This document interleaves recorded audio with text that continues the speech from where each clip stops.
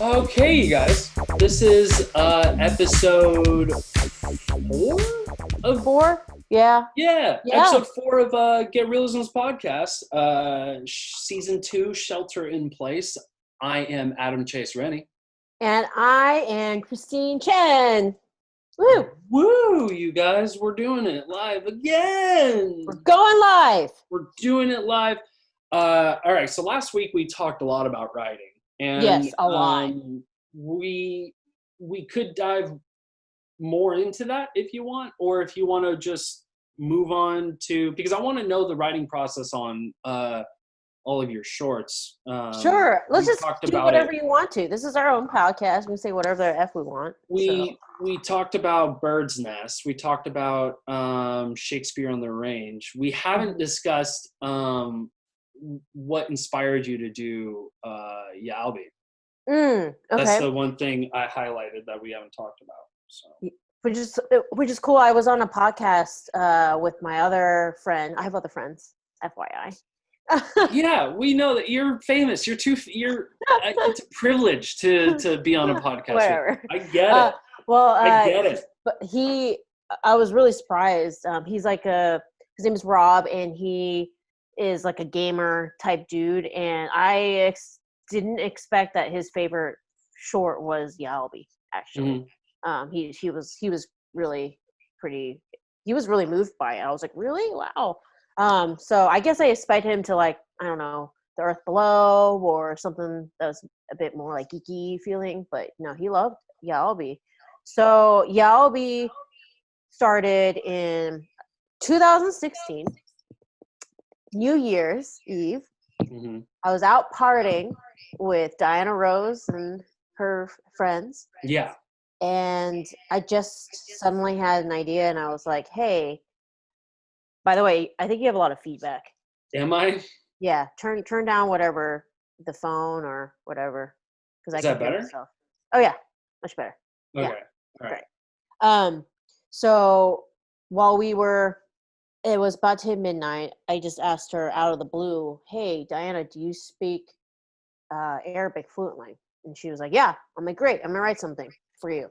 Yeah. And I think I was inspired first because that was during the time when Syrian refugee crisis was going on. That was really big, and everybody was talking about it, and it still is a huge problem, but that was when it was at the height of it, I think.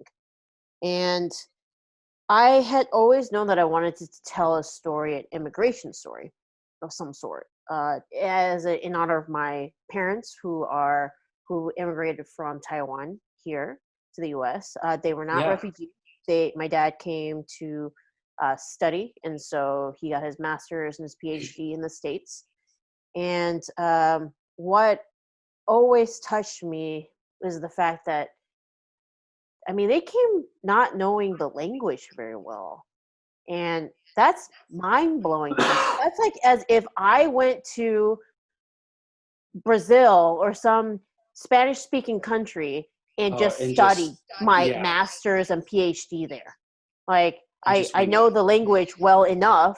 Yeah. But like, it's freaking mind-blowing to me that like they did that. And I really wanted to honor that because I think immigrants are incredible, and they're everything when it comes to work ethic and perseverance and just true grit, I think. Mm-hmm.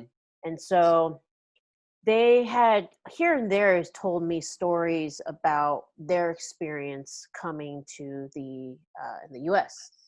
and one of them really stemmed from the ending. And so my parents, when they were here, they were very poor, and they basically had to.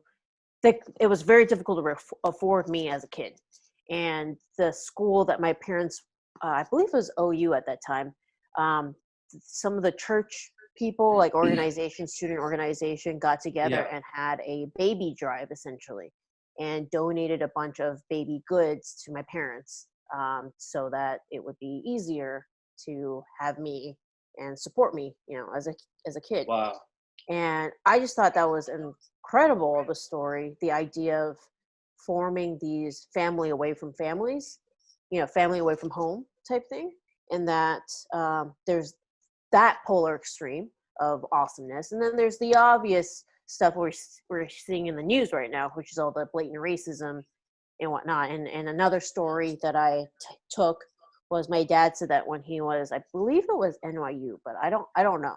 He was at some school, and I think interviewing to get in, and it was a Korean professor that basically told my dad that he shouldn't apply because there was no way he was going to be able to afford getting in, basically. But he was like super racist about it, and which reminded me that racism isn't just obviously whites against everybody else. It's everyone against it's everyone. everywhere. Yeah, it's everyone against everybody else. And I wanted to make sure that was in the film. So that little part was put in with That was very important. Louisiana governor. So Bobby Jindal is I believe Pakistani or Indian, and he's very highly against Syrian refugees coming to Louisiana. And I just thought that was like mind-blowing. Dude. Yeah. And so so it started from that, so those little tiny bits, and I just started writing with the idea of what is it like to create a family away from home, and then substituting it into the context of the Syrian refugee crisis. And so I did a lot of research. So when I research it, but you also put in your own experience too. Yeah. So when I research, it consists a lot of I read a lot of news articles. Yeah. So NPR I read a lot of stuff right there. New York Times, and there was plenty of material at that time. Mm-hmm. And then I watched whatever documentaries were available to try to learn. And when I could, I would try to. I really like interviewing like real people. Yeah. Because nothing can beat that authenticity because it's real. And so I coincidentally, Diana is part Syrian. This was not, I had no clue. Like I had already casted her, and then she was like, "Oh, really? Yes, like I'm part In Syrian." pre-production, that's when you found out. Yeah, I was like, "Oh shit, wow, that's so coincidental."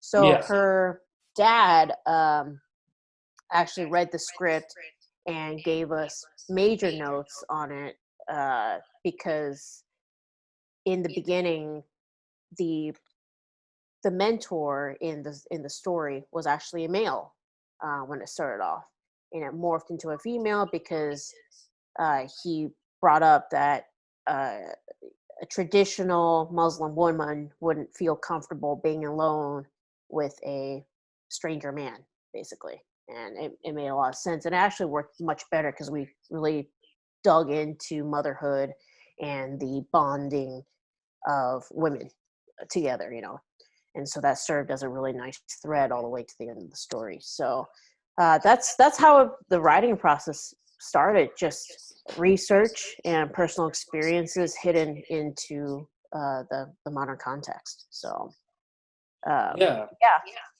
That's interesting because it's a story that is very, very grounded in reality, and that is, literally for a reason.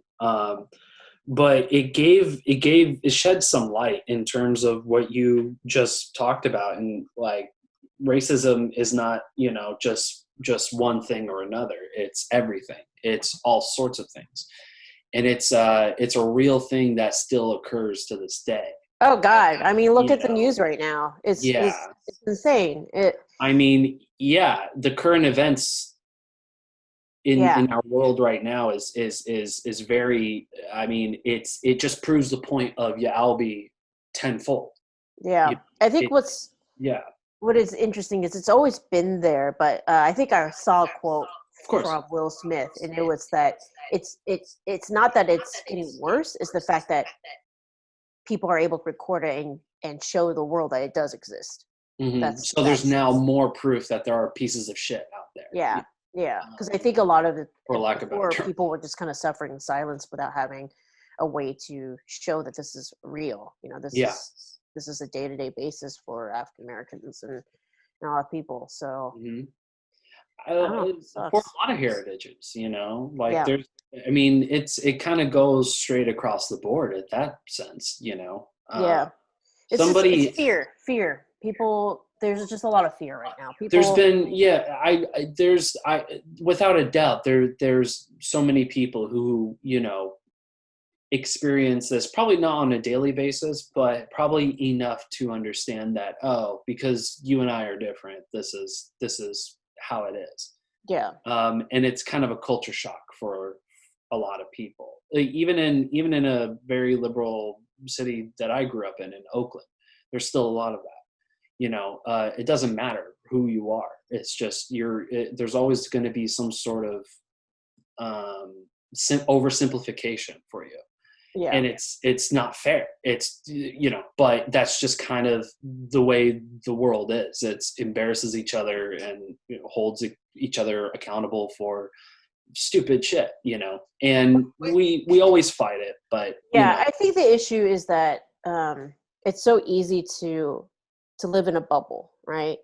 You can't fault oh people for yeah, being in that environment where they are in a bubble and they may not have access to certain kinds of education, or their network is highly influenced by people with certain beliefs.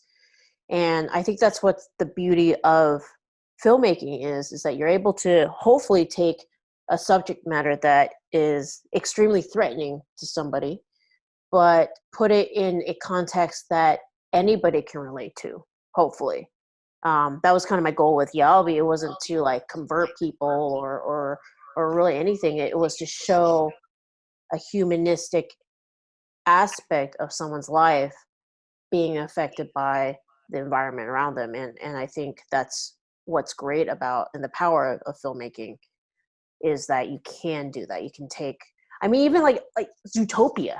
Zootopia is a prime example. It there's so many things in there that is about, racism and about how the world is, but it's in this non-threatening little cartoon figures, and people yeah, are open to Disney watching that. movie. Yeah, Yeah. people are more open to watching that, and then being suddenly sucked in and not realizing what they're actually, watching, which is great.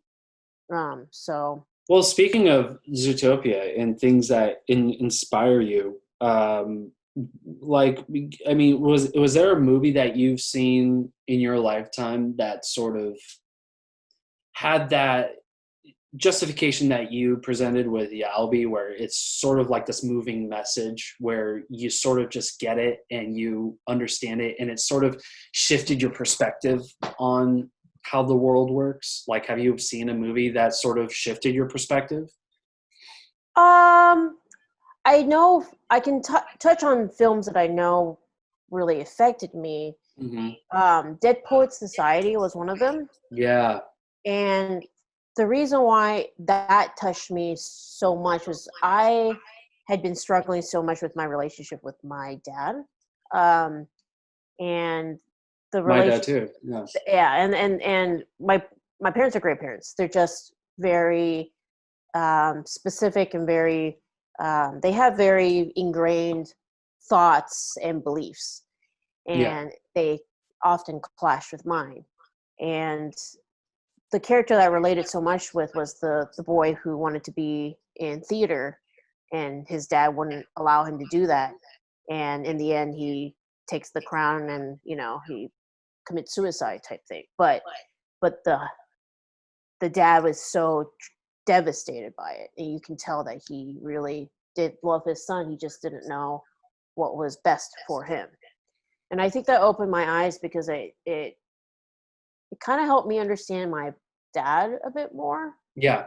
um, to try to see a perspective like, all right, I can't, it's really hard because I'm in it right now. And It's just but another human being yeah, but he's understanding another something human being differently. and Yeah. he loves me, Yeah. but may not be able to understand like what I need right now. But that doesn't mean he doesn't love me No, yeah. less, right? And so I Hmm. think that was something that really, really touched me. Those kinds of uh, that particular movie, I just remember that being like I really, really understood that because I understood how that character felt of like nothing you do is good enough. Everything that you want Yeah. is doesn't make sense to the other person and whatnot. So I think that was one of them. Dead Poet Society is a wonderful, It's great. wonderful movie. Yeah, I love that movie. Yeah. Um, and the whole like mentor and student relationship and how important that is. Yeah. And because Robin Williams with his class and stuff and how he's such a good influence and I don't know. I just thought there was a lot of messages in there that I really related to. So that's the first film I can think of that really like stood out to me. Yeah. Um, but I'm sure there's a bunch that I can't. Oh yeah, there's so many of Yeah. those types of movies. But yeah, Dead Poet Society is definitely one of those movies that Hi, Orlando. that gives you a lot of perspective on another human being, that just kind of shows the people who love you and treat you with kindness and careness, they have a different way of treating you with kindness and careness. You know, Yeah. it's not the same as your kind of kindness and careness. Yeah. It's Orlando. My DP friend is on the Instagram live, so I'm just saying oh, is hi. it right Yeah. on?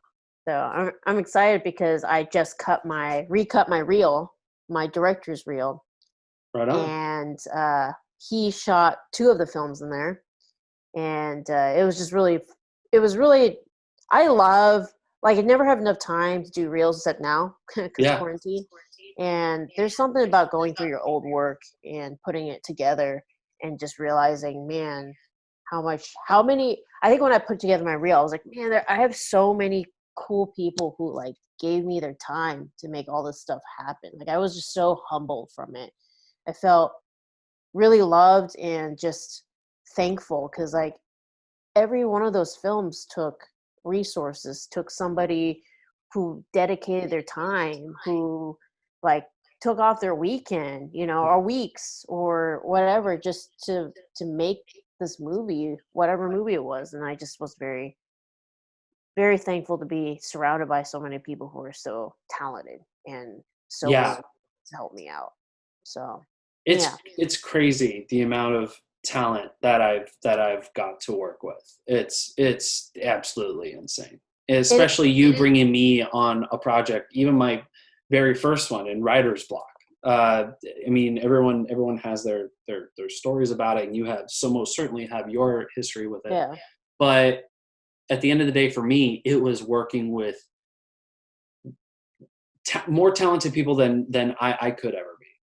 You know what I mean? Like That's what you it's want, though. You want to surround yourself with people absolutely. who are better than you that And continue to help you grow. that's where it all clicked for me. You Yeah, know, it all yeah. was like, oh, this is it. Oh, okay. Well, And the this is where I crazy can thing go. is, like, you never know where in your life you're going to cross again.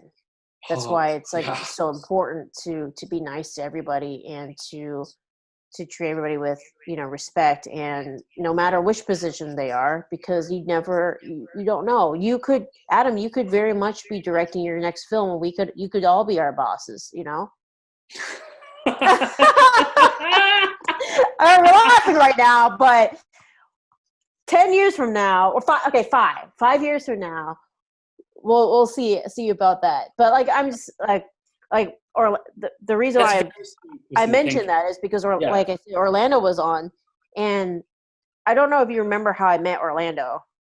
Um, You talk only briefly. I never okay, knew how you met. so this is why it's so cool. So Uh-huh. I met Orlando through Craigslist. Misconnections? So what happened was I was a documentary filmmaker at that time, and after I graduated from Rice, I didn't have access to cameras anymore Yeah. because I'd been using Rice's cameras, and I'm like, oh crap! Like I want to keep making films. If I'm going to keep making films, I'm going to need my own equipment. And I looked on Craigslist, and Orlando was selling a little mini HD camera using the little CD discs and Yeah. stuff. And I actually ended up not buying it from him because it was a I had read that CD discs were gonna go.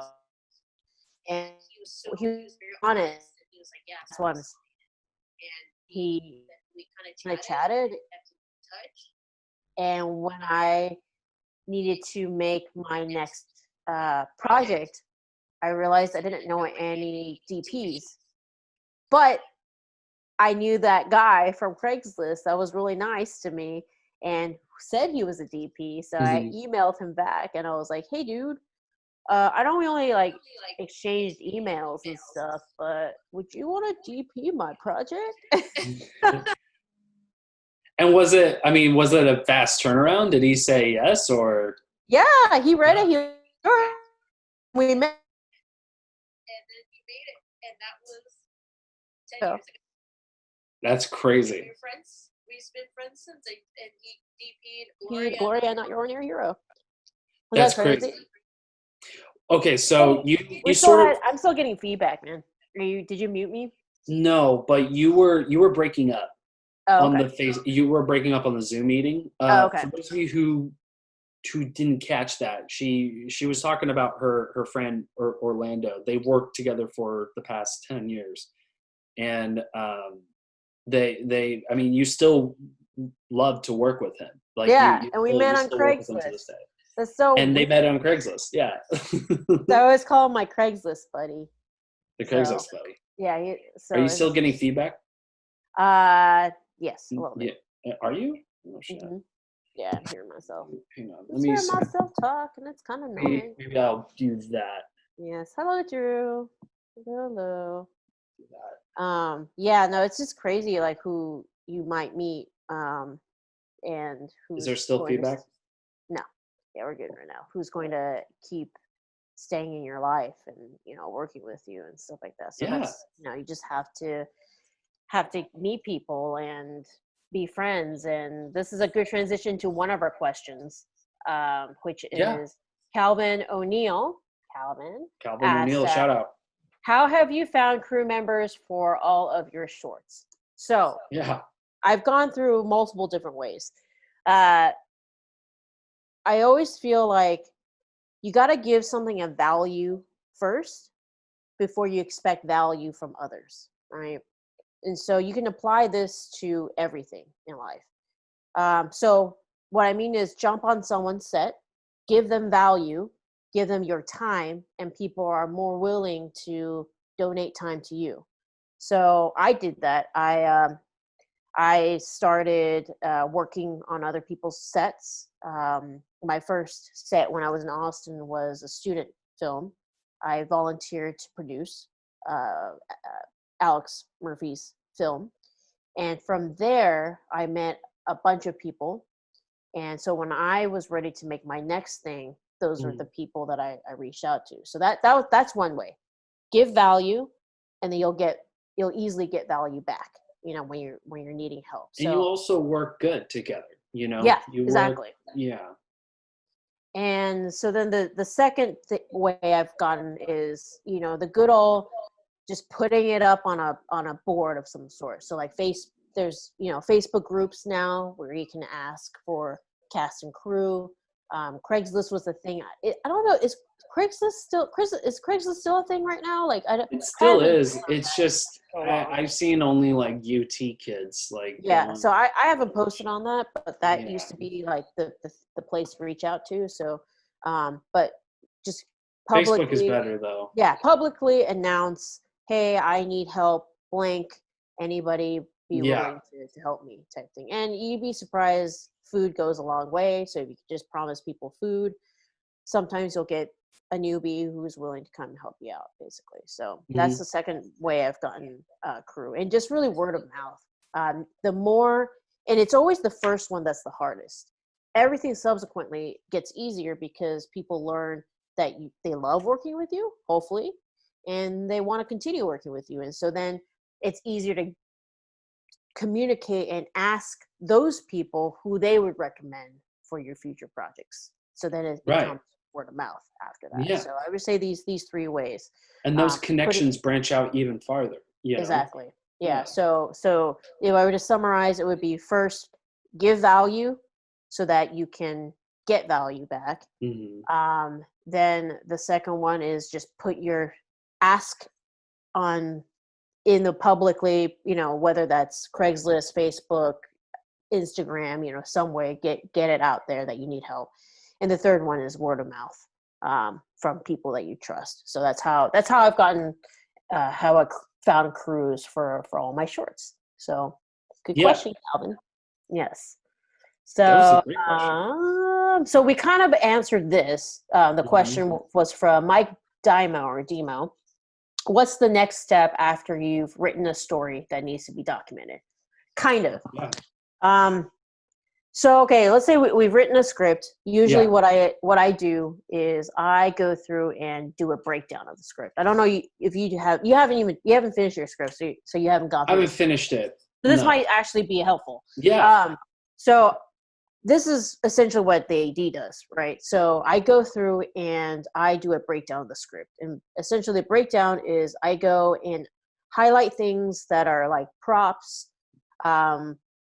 figure out what locations I have to go to, figure out how many characters I have, any weird makeup changes, stunts, vehicles, and stuff like that. So I make those, that breakdown. And if anybody who needs to do a breakdown, there's probably a much better explanation on YouTube. Just type in how to break down a script. The old school way is you take different colors and I don't even know. Highlight them. Yeah. I have no clue what the colors are anymore. You just kind of know. You just kind of do. I sort of been making my own colors. Yeah, exactly. Just do your own thing. Okay. As long as you understand. Yeah. And you can put it in the beginning.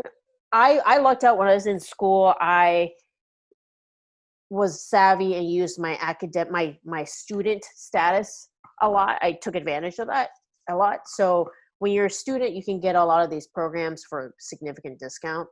And so I invested in Movie Magic scheduling, because as a student, I think I got it for like dirt cheap. Now it would cost like 5 times as much, basically. Right. So I invested in a bunch of those programs, and so I started to learn Movie Magic by doing my breakdowns of my script. So that's the second process. And what I'm essentially trying to figure out is how many days can I conceivably shoot this film in? Right. And how many locations do I have to go find? How many crazy props do I have to buy? And that will end up translating into like a budget type thing. So this is important because it shows the feasibility of your script and whether or not maybe you might need to make changes to your script to make it more feasible and doable. That's why, like, I think as a writer, there's a power to writing within with what you have. I think that's you know, yes, you can write your sci-fi with a shit ton of VFX, but you're never gonna get to make that, soon. But if you're able to know, like, hey, I have my 2 friends' house, which, okay, I can kind of walk through. At Bird's Nest, we had Adam's parents' house. Right. So we wrote it for that. Yalby, we still had Adam's family's house. So we did that. So I don't know if you noticed, but Yalby and A Bird's Nest are shot in the same place. Oh, they were. Okay. I recognized it. It was the home in, it wasn't Louisiana, was it? Yeah, it's in Louisiana, but it's the same place. Okay. Nobody can tell. Nobody knows because we like decorated it completely different. Well, and also you shot it differently. So yeah, it was shot differently, and also it was technically 2 places fused into one. So you could have easily got me fooled with 2 different houses. That's totally. No, totally. We separate locations. Yes, and so so we wrote it because we knew we had access to that, and then we knew that we had access to churches and stuff like that, and we kind of like did that with it. 6 Words was not 6 Words. 6 Words was also like that. We shot it with 1 location. We wrote it for 1 location, and that location was the producer and lead actress Elizabeth's house. So, so the Earth Below was the one that we kind of went out of our comfort zone, because that was a whole world that we had to build. It was a sci-fi world.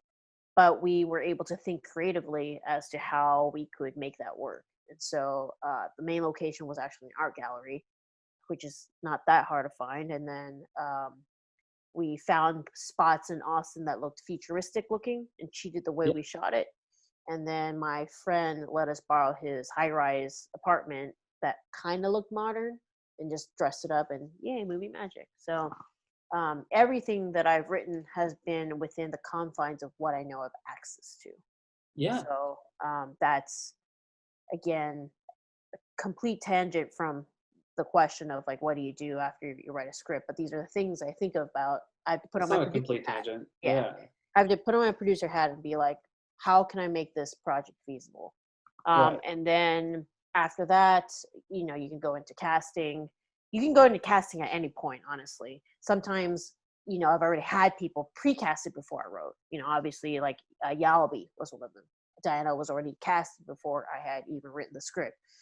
Bird's Nest was the same way. Deep Garner was already casted for the lead of David before I'd even written the script, because I'd seen their work before, and I knew that they could do it. And so if not, then you go through the casting process, and that's a whole thing.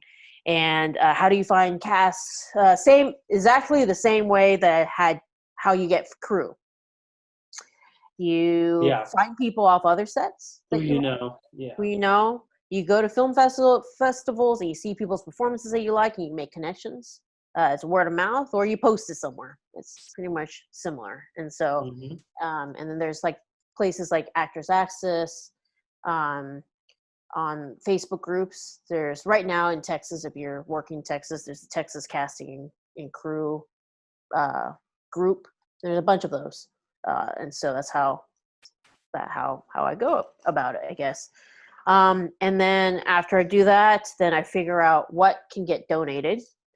So who has what? Yeah. Who has what camera? What can you give me? Who can I borrow? What can I borrow first? And this Yeah. is where you'll start to see a lot of funny Facebook status messages that I'll have. Be like, hey, anybody have a boat? Somebody have a severed hand. I think the weirdest one I had was, I think was, who has dead cockroaches? Oh, man. Yeah.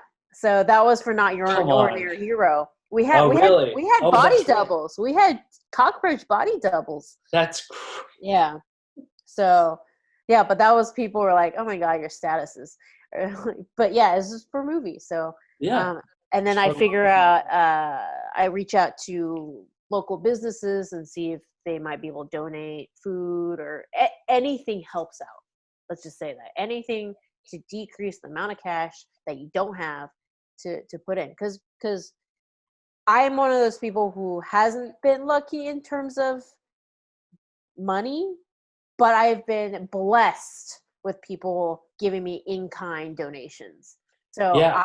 everything that I've done has been on like $2,000, that I've saved from working all my jobs, basically. Yeah. And you know, no rich uncle or aunt or parents or anything. It was all blood, sweat, and tears, everything. And then I was very resourceful when it comes to asking and partnering with people to get things donated. Yeah. And I think what helped me is that I am also constantly shooting things that are corporate that I know are paid. So it's a good negotiation tool as well. Like, hey, could you do this one thing for me for free if I can guarantee you a paid job later, type thing. So being savvy about that.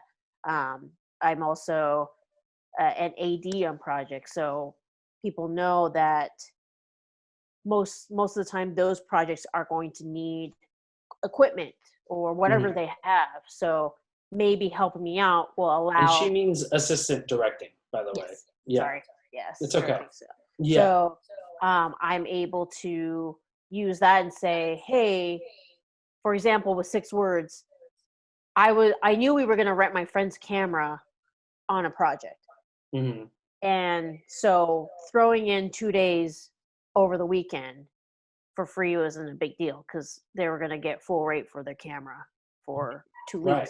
you know? So, so it's just really being able to read people about like what they want that's not necessarily monetary is a big thing. So What else do I do after? I mean, that and then getting all the locations ready, all that stuff, and then getting ready to shoot. So it's kind of the process. Pre-production. Yeah. Yeah, lots of pre-production. Yeah. So yes, More pre-production, the better. The more yes. better you're prepared for any shoot, I feel Oh like yeah, is setting up for success. You know, yes. tiny little Uh, pre-production is no good. No bueno. yeah. So we've kind of answered we've answered two of those questions. And we answer what is the process when you write film. So we're still talking about that. DJ Windred asked that, so we can continue to talk about that. Hmm. Um, but since we're talking about production a little bit, I'm going to just answer one of these other questions, which was the Prestige underscore YT asks, what's the biggest mistake to avoid when filming? Okay, so What's my that big mistake? yeah. So what is the biggest mistake to avoid when filming? So I have the biggest one that I've learned is to not hire people based on what they have. Hire people because you don't mind spending lots of time with them.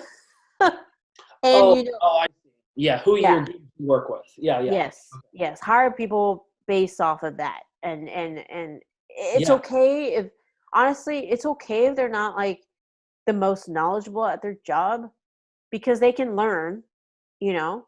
Anybody can learn. Anybody can learn. I mean, granted, if it's like a crew head or something, you might want somebody who, is Some people experienced have this. different temperaments. Yeah. Sure, yeah, Yeah. experienced this way a little bit heavier. However, Absolutely. in the end, like you're going to be stuck with these people for 15-hour days sometimes or longer, and it really needs to be someone that you can be okay to work with. And So, usually you're working like double digit days, yeah, like you're working days with that person. yeah. And you're So having, definitely, yeah, yeah, yeah. So definitely, just work with people who you're you want to work with. I think that's really important. Um, Before that, my first project, one of the first projects I ever did, I hired people because they own certain things, and I thought that was important because I didn't know people with a camera or whatnot.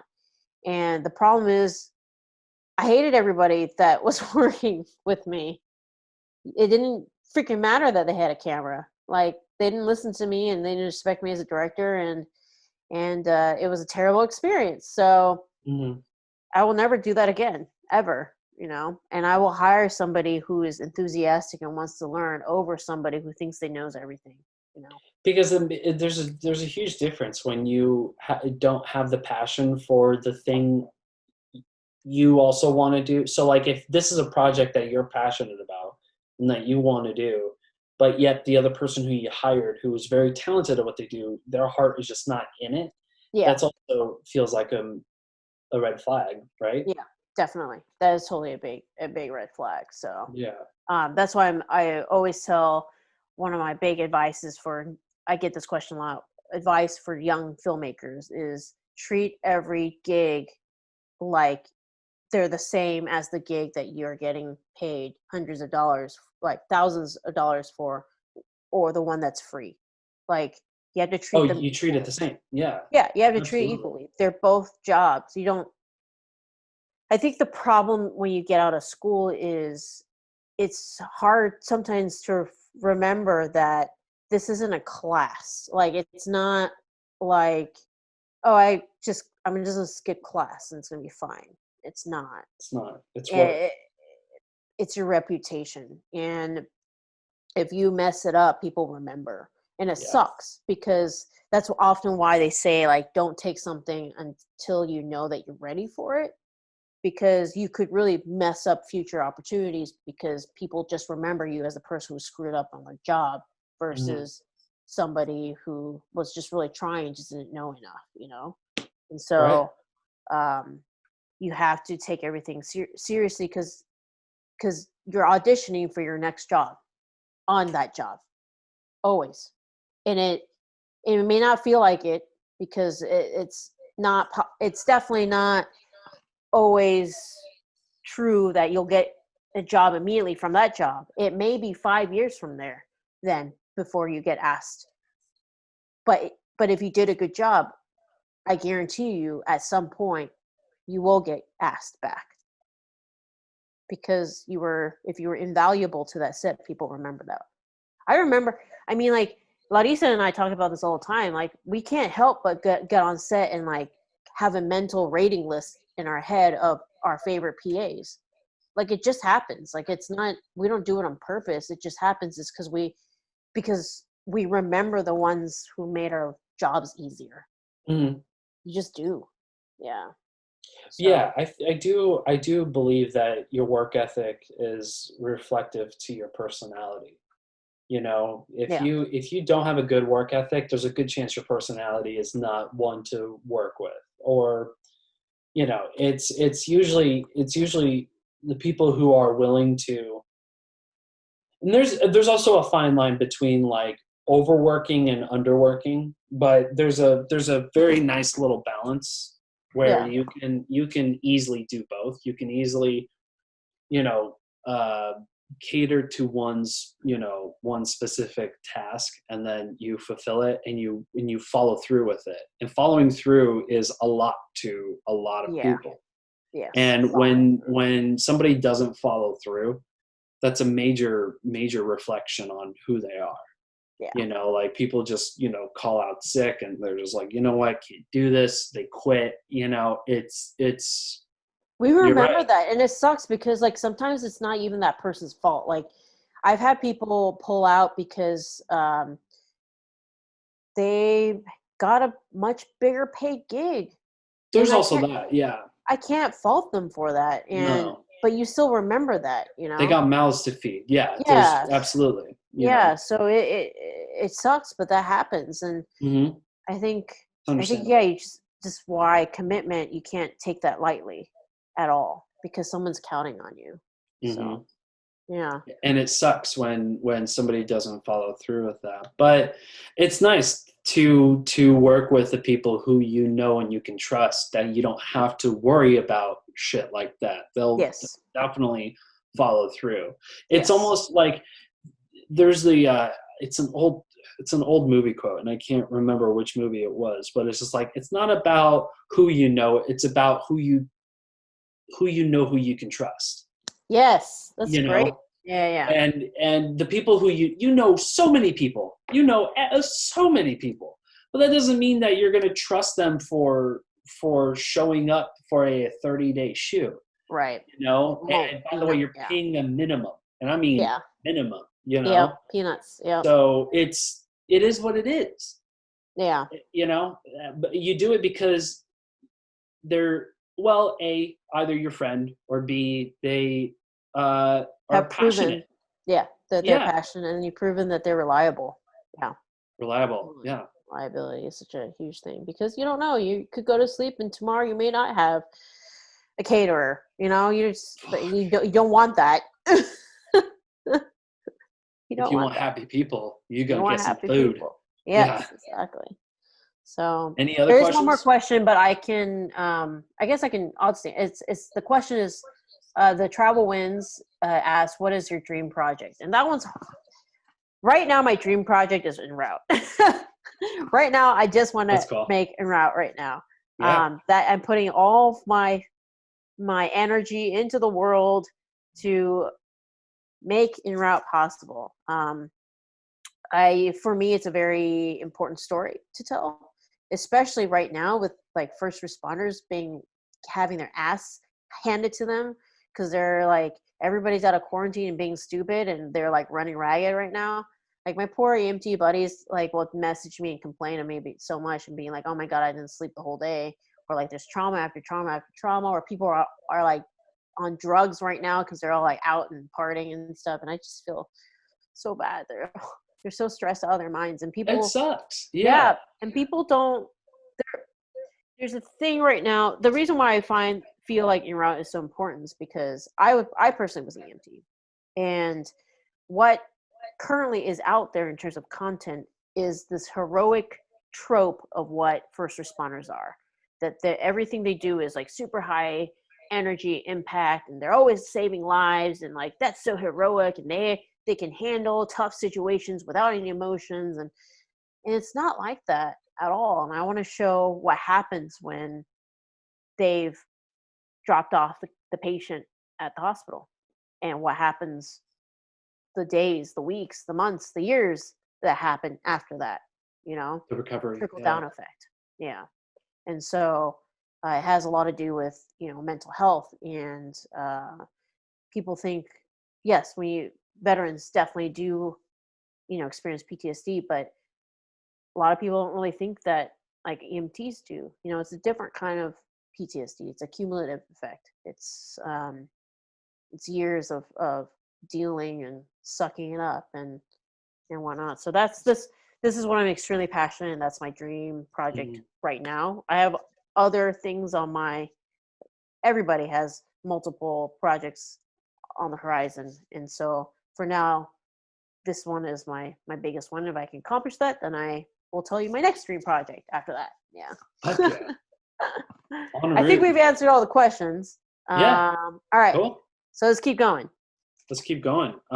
So we talked about Albie. We haven't. So we did just graze the surface over 6 words. Okay.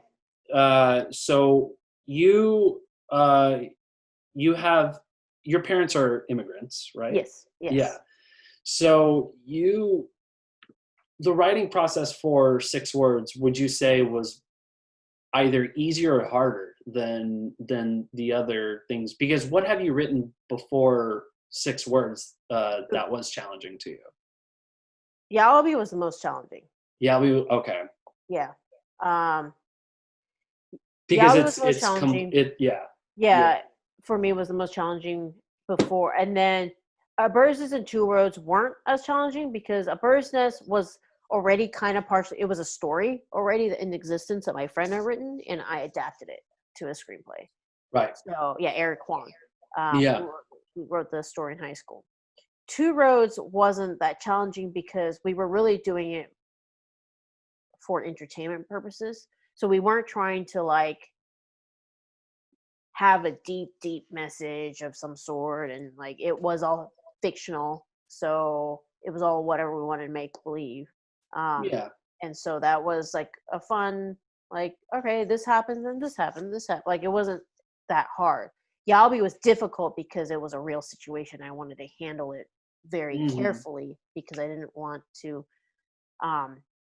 wrongly represent a group of people just flippantly because I wasn't educated enough about their lives. So that one I did. And do your time and research. Yeah. I did a lot of research and then a lot of rewrites and everything. So that was very, very difficult. 6 words wasn't that hard for me to write. The intro, I basically just recapped how like my parents and I are and just wrote down what they would talk to me about, really. So I had their voices in my head already. So it was just regurgitating it out. So that was fun. That was easy. The funny thing is I actually showed that film to my parents and they didn't get it. They didn't see themselves at all. In fact, they said it was like super exaggerated. And no one will ever see themselves, even though it's a true depiction of who they really are. They never see it. It's so funny. Inside of me, I was just like, Dad, you've literally said that line. Yeah, you literally, it's word for word said that line. Yeah, I mean, I know the script was probably easy for you to write, but it is somewhat emotionally complex though, because the main character is dealing with a really tough relationship with her parents. So that was inspired personally. So what that incident specifically was my parents and I. There was a period where when I was starting to date people, and they really hated who I was dating, and I know specifically who it was, and I hid it for a long time that I was dating, and this one horrible day in undergrad, they found out, and it was a whole thing. Like it was terrible. Like it sucks. Writing it was super cathartic because I kind of had to relive those emotions, but it was a whole showdown right in front of everybody at Rice University. So Really? Yeah, it was awful. I had parents who didn't know me who told me that I could stay at their house if I needed to. Yeah, it was very bad. Wow. Yeah. Yeah. And I have friends with parents like that. That's yeah, crazy. Yeah. but what That's I yeah. did do was I envisioned if it hadn't happened that way, because I knew what their intentions were. Like, now that I'm older and wiser, I understand their concerns and that it was all really, for my good, then it was out of love type It's thing. their humanistic ways. Yeah. Yes. So I just spun it in a way where if they had handled it in a different way, Mhm. in a more positive way, what that would have looked like. And Yeah. then I injected a true, another current situation, and wrote it about that instead. So it wasn't a straight relationship, but it was, their situation. So Yeah. um, what was crazy was I had friends who went through that and were very, very touched by it. So I was like, oh, thank God, because it's a universal feeling. It's the if you boil down to it, it's the relationship between you and your parents, and Mhm. there's in disagreement by your beliefs. And Mhm. how do you reconcile the two, but still honor your parents Yeah. without fully giving into their beliefs because you really believe in your own beliefs, right? How do you stand as an individual yet respect your parents? So Takes a lot of courage. I mean, yeah, it takes a lot. and Yeah. it's a big thing, I think, amongst, especially with Asian American families, because Yes. we grew up very much like respect your elders, respect your elders, respect your elders, and it's always about community and the greater good of the entire family unit. It's very, I would say, if there was a big difference between traditional Asian culture and traditional American culture, Americans really value independence. It's, freedom of speech. It's your freedoms. Don't let people like take them. It's you, and how I am as an individual. It's Too many. very, You're so special. You're a very yes. special boy. You're a very So special it's not a girl. bad thing. It's just It's different. not. Yeah. Yeah. In the Asian culture, it's very much like, how can you make everybody happy?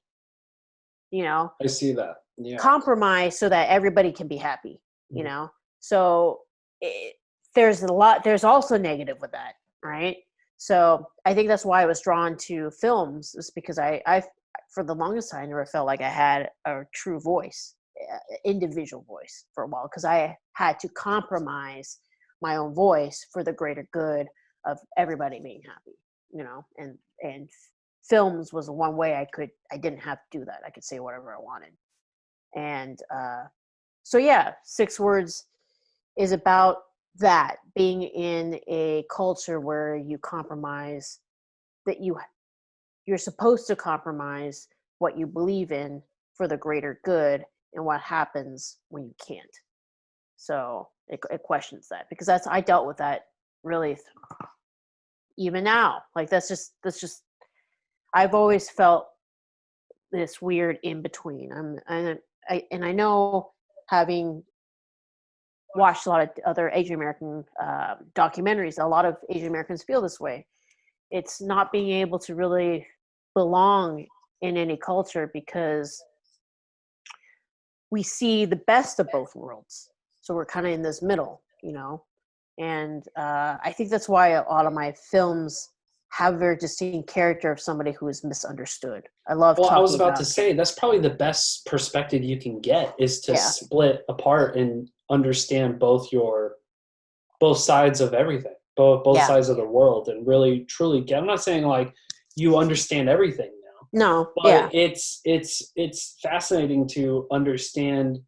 Like you said, when you got older, you just understood your parents and why they did what they did. yeah, Not saying yeah, that at that moment in that time of your life right, you agree to it. You didn't. You probably wanted them yeah, gone yeah, and out of your yeah, life. But in retrospect, you sort of I mean, I don't know if forgiveness is the right word to say, but I think, yeah, understanding there's is kind of definitely a understanding, better. and there is some. I think definitely like my relationship with my parents has continued to improve because I have that perspective, and Yeah, I think the beauty of being a writer and a director is that you are forced to have that perspective to be able to write beefy roles that are not one dimensional, yeah. that are controversial, that you know has depth. So I think that's been a very big benefit of being a writer director. So Yeah, and it's fascinating too because I grew up watching movies, and I love. I mean, movies was my only escape because it was, there's a moment in my time where I felt like I was out of place, not only with yeah, my family but with my school and everything. And movies was kind of the thing that was like, oh no, you are out of place, you are weird, but this is how great you're gonna be, or this is yeah, how great it is. It's, and that's why, I mean, Star Wars was like I always, Star Wars sort of changed my perspective in a way that shaped and defied the reality that I'm in now, which is like, just be good to one another. um I think your phone died. my phone didn't die, it just somehow stopped. Oh, okay. Do you want to go back? Oh, but it ended. Yeah, Oh, it ended. okay, well, We're almost done anyway. yeah, okay. I'm just whatever. Yeah, It definitely had that perspective for me where it was like, the story of becoming from nothing and then becoming something, becoming yeah, that outcast, becoming that outlier in a bunch of people who are just wanting to just earn their 9 to 5 job and do what they possibly can. yeah, And for me, film is, and writing, storytelling in general is so part of my DNA. I love telling a good story. I love writing a good story, and I like even experiencing good stories. That's what inspires me. yes. And you create great stories, Christine. I All hope of your so. shorts, for I hope sure. All of your shorts, even Fun Employment and En Route, I'm super excited for. I'm excited to work on it, and I'm excited to see it. so. It's one of those things that it's just like, if you share your passion for that one specific thing, whatever it is, I'm probably going to be invested in it as well.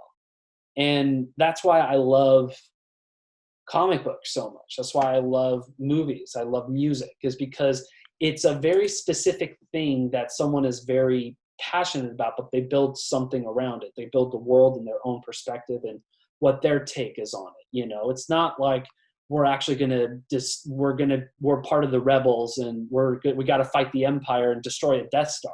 Like, that's not reality, and I know that. But at the same time, to defy that reality, to know that you are facing evil every single day. You're Mhm, facing mhm. evil, regardless if you can see it. Sometimes there's evil that is invisible that you cannot even fucking see. And that's the scariest of all the evil. This whole COVID thing is a disguised evil. So that being said, I pull my influence for so many things because I grew up not subscribed to any religion, not subscribed to. I mean, my mom is Christian, my dad was a Muslim. Yeah, There was never a thing where I had to choose one thing or another. My parents were mhm. very, very agreeable when it comes to like, well, you can just discover your own way, because they also understand that religion is also a faith, and those faiths are founded upon these stories. Yeah, And the stories of this monomyth, the hero's journey of, coming from, you are one person, then you become a whole different other person by the end. Like, yeah, that's the whole journey. That's the experience. And shifting your perspective can change your experience. yeah. Um, that's how I learned about life. What else is new? Yeah, Well, that's just like the very few things that I learned, especially in this writing process. Writing is fucking, it's it's cathartic, man. strange and difficult, Yeah, it's difficult thing. hard. because Writing I hard. find myself watching more movies than I've ever did, even in my youth. I'm ready. I'm definitely watching more movies than I've ever It's have. great because I remember the days where I only had about $10 in Blockbuster money. And I can only rent like 2 movies, or I had to share with my sister, and she was like, "Well, I want to watch this," and I'm like, "Well, fuck you, we watch that," you know. So, and Yes. now I have this instant access where I'm like, I kind of want to watch like, fucking Jurassic Park, and I can easily get that, It's Hmm. weird. It's strange, but I love it. I would never change it. But yeah, I'm watching more and more shit, and I'm soaking in all this knowledge now. And it's fascinating going back to writing, because like the very first page Hmm. of my script is it's a completely different Adam than on page 45 of the Yeah. script. Yeah. Yeah. It's weird You because definitely grow with the script. That's for sure. I was an angry guy starting off this script. I was mad. And I started the script because for some reason, like it was one of those things where I was like, not punishing myself, but I was telling myself like, you're not going to start this script. When are you going to start? You're just never going to do it. You're just never going to be a writer. That's just how it is. And then finally I'm like, fuck this. And I started off angry writing, Yeah. but I wrote a great action sequence out of that. I Ooh. wrote a fun action sequence. I wrote some fun dialogue. At this point, I feel like you're making shit up because I haven't seen the script yet. No, I know. Well, I could be making this shit up. I could be showing this to you, and you're like, I don't know what the fuck this guy is thinking. This is Yeah, a shit no, script. no. I'm But excited to read your script sometime. I'm just passionate for the things that I'm experiencing and things that I'm talking about and Yeah, writing about. So yeah. this script is influenced by so many fucking things. Yes, And that's good. it's just a process of me trying to end this bitch and get a nice, good, tight script instead of long, dragged out fucking bullshit. Sure. Yeah, no, I'm excited. I'm excited. But yeah, like you said, it could be complete garbage by the time you read it, and that could be the case, and that's fun. That's fun. It's all a learning process. Everything's a learning Well, process. it's 3 already. Yeah, it is. So I guess we can figure out. Maybe we could bring a guest or something next week. I don't know. Do you think you're getting tired yes. talking to me? Not really. I mean, I'm so far chilling. I'm writing stuff down. I always have shit to talk about. You know Yeah. that. Yeah. I always have something to talk about. My brain doesn't stop. Hmm. Um, Well, we can talk about it and see. Maybe we can bring somebody yeah, on. we'll talk about, but we'll end this episode. We don't have any other questions, right? Nope, we finished all of them. Okay, so I We guess we can answered end all. this. I guess we can end this by taking away what's your best experience on 6 words. Oh, Working with 6 words. well, I think See for how me, good of an interviewer I am? I no, write you're the so good. shit down, Give it. okay? I'm like this stoner. I think the best experience I had with it is that we were able to accomplish something within very limited means. And so we had It seemed the like it. There's idea. only like 6 or 7 people in the crew, right? Yeah, it was Not very many. small. Yeah. We made it for maybe $300, maybe. Because we What do didn't you have think? I was really broke at that time too. So Right. when Elizabeth approached me and said, "Hey, like I want to make another film for the HBO Asian, Yeah. contest, I think." I was like, "Great, but I literally don't have like means to fund anything right now." And so we were able to still make it within those confines. And so we made it because we could shoot it for 2 days at her house. We got all the food donated, except like a few fillers. That's where the $300 went to. The equipment was rented because I had won with The Earth Below, coincidentally, that she was in, Right. uh, at the Transform Film Festival, which gave us a gift card to the AMG, Awesome Movie Gear, which allowed us to rent perfectly, like with no extra, like perfect amount to rent the dolly for 2 days. So then we had that. The camera was donated because it wasn't really it was tacked on from another project because I was ADing on that project and could guarantee that my friend would be paid for that. And everything else was maybe like scrap paper for some, decorations. So that's where maybe the other budget went into, but that's how much the fact we achieved that story for nothing. $300. Yeah. Yeah, that's pretty what. And I remembered watching it. I watched it again. I watched it with my mom, and Oh, and it's strange because right after I watched that, I watched a couple of other HBO shows, and it's shot like an HBO pilot. It's shot like a really tight knit pilot, and I'm like, oh, this is kind of an interesting short, and I love the premise of it, and yeah. there's one scene where it's a party, it's a male genitalia party, and Mm-hmm. and it was a surprise because, I mean, can I spoil it or no? I I shouldn't probably guess spoil it. so. I mean, you can eat a little bit, so it's Okay, well, the fine. parents show up. The parents Yeah, show up, and it kind of crashes the party in a way. yeah. And from then on, it just sort of reminds me of, like, have you seen Insecure, the show Insecure? Mm-mm. Sort of reminds me of that. It's kind of like that awkward situation that you don't know how you can get yourself out of, Yeah, and it's kind of like an isolated incident. yeah. Um, yeah, I know I'm kind of overgeneralizing the show Insecure. It's much more than that. It's such a Mm-hmm. fantastic show, such great writing, and it's written by one lady, and she absolutely talented. And I forget her name, and I'm blanking it out. But yeah, it's shot beautifully, and Thank you, that Charlie would Pierce. be, yeah, DP Pierce. DP Pierce also shot Do Um, Better. Yes. yeah, oh yeah. Shout out to Do Better. Yeah, shout out Mm-hmm. to 6 Words. Guy's a Yeah, no, genius. that was I definitely couldn't have made that So I guess, early. yeah, my point was, for how little you shot it for, looked absolutely amazing. I mean, like, I Kevin think people, Smith made Clerks look like an art house film.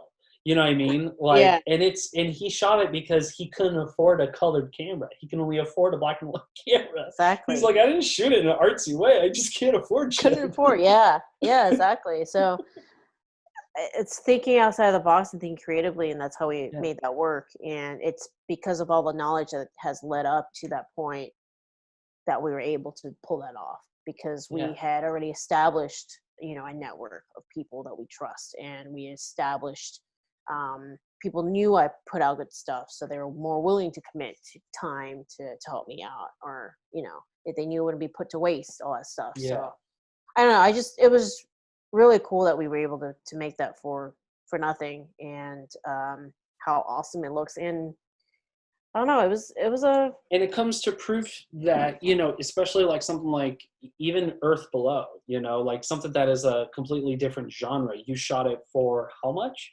How much did you Earth shoot that? Below was a little bit more, Of but it was course. probably like, I don't know, like 1,500. But like people, So there's no people. excuse to shoot a creative sci-fi fantasy movie that you can make within a small budget. There's Oh no yeah, you excuse. you just have to There's be no very excuse. creative about it.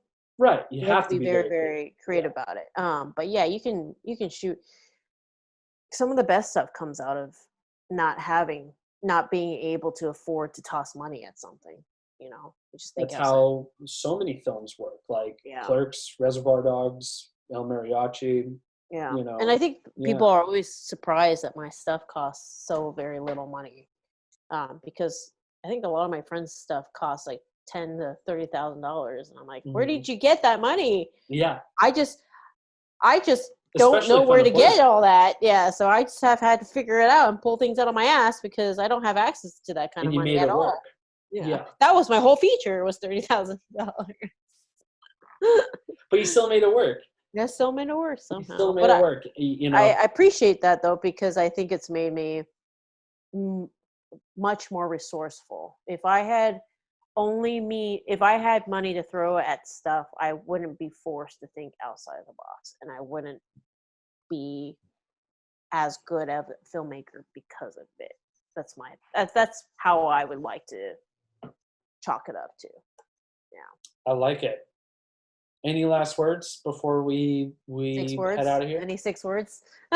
Any 6 words before we head out of here? Check out Christine Chen on Facebook, Instagram. You're not on Twitter. Amazon. Go on. I am on Twitter. No. I just go on Amazon and watch all of her movies. Are all of your shorts there? No. I have 3 that are in queue right now that are going to come out soon. So, The Earth. Sorry, that's already out. A Bird's Nest, 2 Roads, and Not Your Ordinary Hero are coming out very soon on Amazon. Yeah. Yes. And Shakespeare, I'm going to put out for free very, very soon at some point. Nice. There's a I whole love reason for Shakespeare. that. Yeah. So. It's that's a fantastic short. I remember we talked about it last week. That's one of my favorite shorts. I love Shakespeare on the Range. Okay. Well, that's been Get Reelisms podcast, you guys. That's the Get Reelisms podcast. That's the Get Reelisms podcast. Go on getreelisms.com, pick up a book, pick up a poster, pick up a t-shirt. Yeah, pick up stuff. Look at all these things we have. Now you can't, it looks like an ordinary black cup, but if you remember when I was sipping it, it said Film is Life on it. Yes. Hopefully they remembered it an hour and 10 minutes ago. So hopefully they see that. Yeah, and the poster. Yes. So. And the poster. GetReelisms.com. Get Reelisms on Facebook. Moths to Flame Films on Facebook. And we'll be here YouTube. again next week. We'll be here. All right, guys. Central we are time. Signing out. We are stopping the recording for Facebook. Bye-bye. Bye. And now we awkwardly stare as it tries to stop recording. Yeah, no, it's